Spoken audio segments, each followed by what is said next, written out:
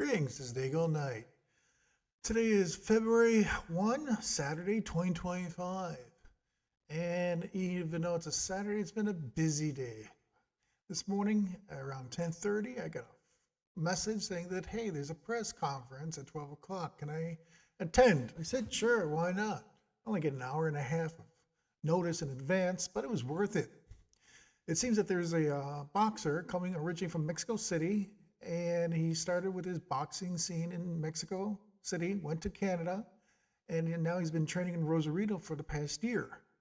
But the other thing is this, he's going to Mongolia, Mongolia, for his big international competition, which will be on the 15th of this month in February.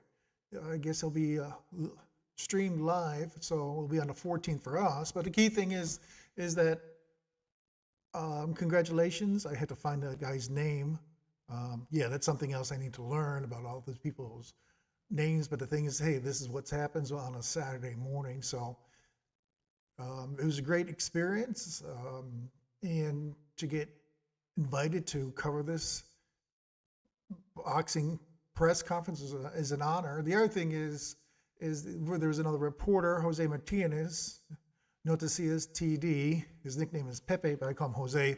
I've known him for several years, and he does news mostly with sports, and does a lot of streaming. So the thing is, it was good to see him. I haven't seen him since last year, and also all the other the boxing commissioners there as well. Also, I saw Francisco.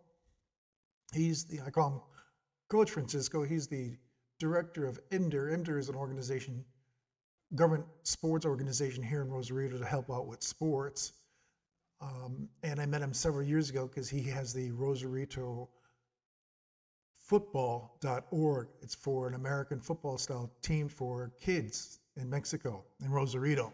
And because of him, I got involved with a lot more sports. So anyway, it was a good day. I was able to interview him, also interviewed Luis and Hector, and they're the boxing commissioners of Rosarito, but also Hector Velasquez. He's a former champion, boxing champion, and I've known him, all those guys, for a couple of years. So I was able to interview them. So I was really busy this morning and well, actually this afternoon. So the thing is, I'm able to interview them. So I haven't finished with the press conference.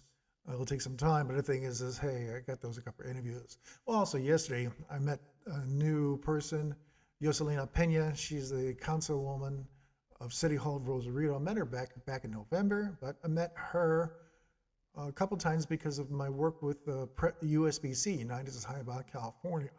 So it was really interesting. The key thing is we brought some donations, appliances, some pre-used, or actually used appliances, because I have a microwave, a toaster, electric skillet.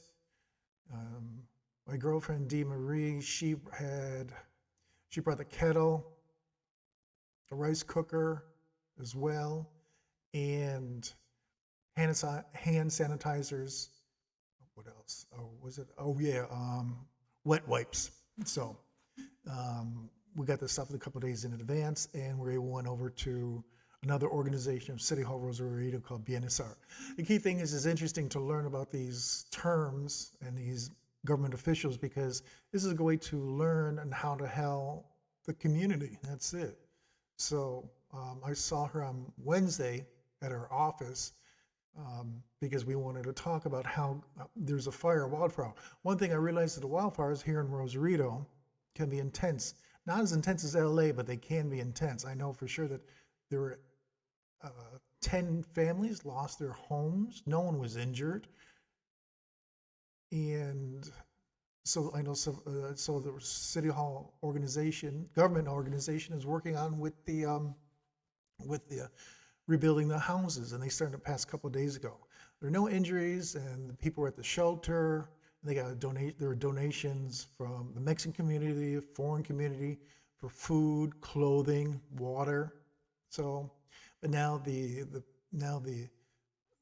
fire victims are looking for appliances. They're going to need it soon. So it's a great way to get involved with the community. So And the other thing is this Wednesday morning, I had a board meeting with the USBC.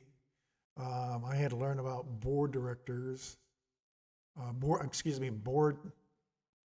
We had a board meeting, and so I have to call to order and do the roll call for all that stuff. So it was interesting. It was almost about 2 hours. And the funny thing is, when we have activities, it's about an hour, hour and a half. So, but hey, luckily the meeting's only one time per month. But the thing is, it's interesting learning about that. I want to get involved with that one because it's a chance for me to see if I'm able to get the type of responsibility. So I do feel tired because I just want to relax. Today is Saturday. It feels a little strange because there's no college football. You can see the A on my hat right over here. I went to University of Alabama, Crimson Tide, Roll Tide, Roll. I went to school, started school in '87, graduated in '92, went to Korea. I was following up Alabama football in 2007, 2008 when Alabama was winning. Nick Saban was the coach, and he just retired over a year ago. But I still follow it. But I follow SEC and college football. It's really interesting to do that. NFL is interesting, but the things are like college football because you have more underdogs and you have big surprises. Every season you have new teams, or not new teams, but the thing is new players. Also, some teams are unsurprised. Surprises, like some teams become really popular or successful, and some are starting at the beginning and they fail. So I really enjoy watching that stuff. So it's a good way to get in with sports. So that's it. This is a good way to sit, relax. I'll be outside watching the Pacific Ocean a little bit and just to relax. I know next week is going to be busy because I have the USBC General Assembly. We have to prepare for that one. The councilwoman, Yoselin Pena, she's the guest speaker, and I know she's nervous because she has to have it in English, but I know she's been teaching and practicing with her daughter and her sister. So, it's on this. I interviewed her, and she was scared about putting it in English. I said, "Okay, I'll have the questions in English, and you put it in Spanish." So she felt it was great. And that's a way for me to get involved with the community, and I really enjoy that. I reminisce of my years ago when I was studying Spanish language and literature in Alabama, and I realized I should have gotten involved with journalism decades ago, but still, I'm here right now. I get more meeting people is a great thing, more adventures. The key thing is it's different every single day. You know what's going to happen.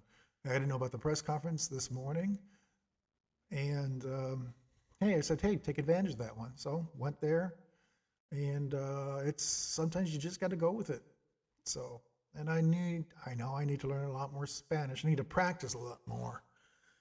But the thing is, it's fun, it's exciting. Was it the other time I had the USBC calendar, and that lasted a really long 12 minutes. You try to talk for 12 minutes and make sure that you don't make mistakes. I know I make mistakes a lot, even in English, even though I'm an American. But the thing is, you can get nervous, but the other thing is having a stroke. It can be a pain trying to recover how to learn how to speak your own native language. So, but the thing is, hey, you just got to go with it. So behind me, you can see the photo. Yeah, I can say for sure that I'm a photographer. That photo is Loreto, Baja California, South. Went there last year on a cruise. The cruise started from San Diego, went to Cabo San Lucas, La Paz, and Loreto. So I've never been to La Paz or Loreto. I did go to Cabo San Lucas in 2023. And so I really like this photo because you see the calm waters, you can see the trees, and then you can see the mountains in the back. So to be a photographer is interesting. You just learn about different things. You go to different places. That's it. But also the other thing is when I started with photography 10 years ago, I was living with my father right across the beach. next to Rosarito Beach Hotel. I went out to the beach to take photos of the water, the ocean, the people, but more importantly, the sunsets. It's a good way to see the sunsets. And the sunsets are different every single day. And when you see the sunset falls, it's really interesting to see the colors. People say, oh, it's a pretty, if a sun sets, oh, there's no clouds. They said, oh, it's beautiful. To me, I think it's a little boring because that's it. There's nothing interesting. When you have clouds, it can be really pretty because the colors change. And when the sun when the sun sets, then the colors are really incredible. It's really, really beautiful over here in the Pacific in Baja California. So that's a good way to start with photography, and you also enjoy that. Hey, being originally from Chicago, you don't see the sunsets, and you see the buildings, you see forests. Yeah, you have Lake Michigan, but that's coming from the east. So, but seeing the ocean, it's calming, it's peaceful, and sometimes to see boats, cruise ships. We see a lot of oil tankers once in a while. What else? Dolphins. Once in a while we see a whale. But you see more of the whales down south in Baja California, south in Guerrero Negro. Well, that's where we're going in March of this year. Last year we went there, so. But the thing is, you could just sit down and just watch the ocean and just relax. Also listen to my music and from the 80s, 90s, 2000s. That's it. So there's no big event right now, but it's just time to relax. So the key thing is this is a personal note to saying, hey, how are you? Hope you're doing. And I'm probably going to bother you again. This is Day Good Night. Sign off on Baja Sports BC. I'm Rosarito and me. Take care.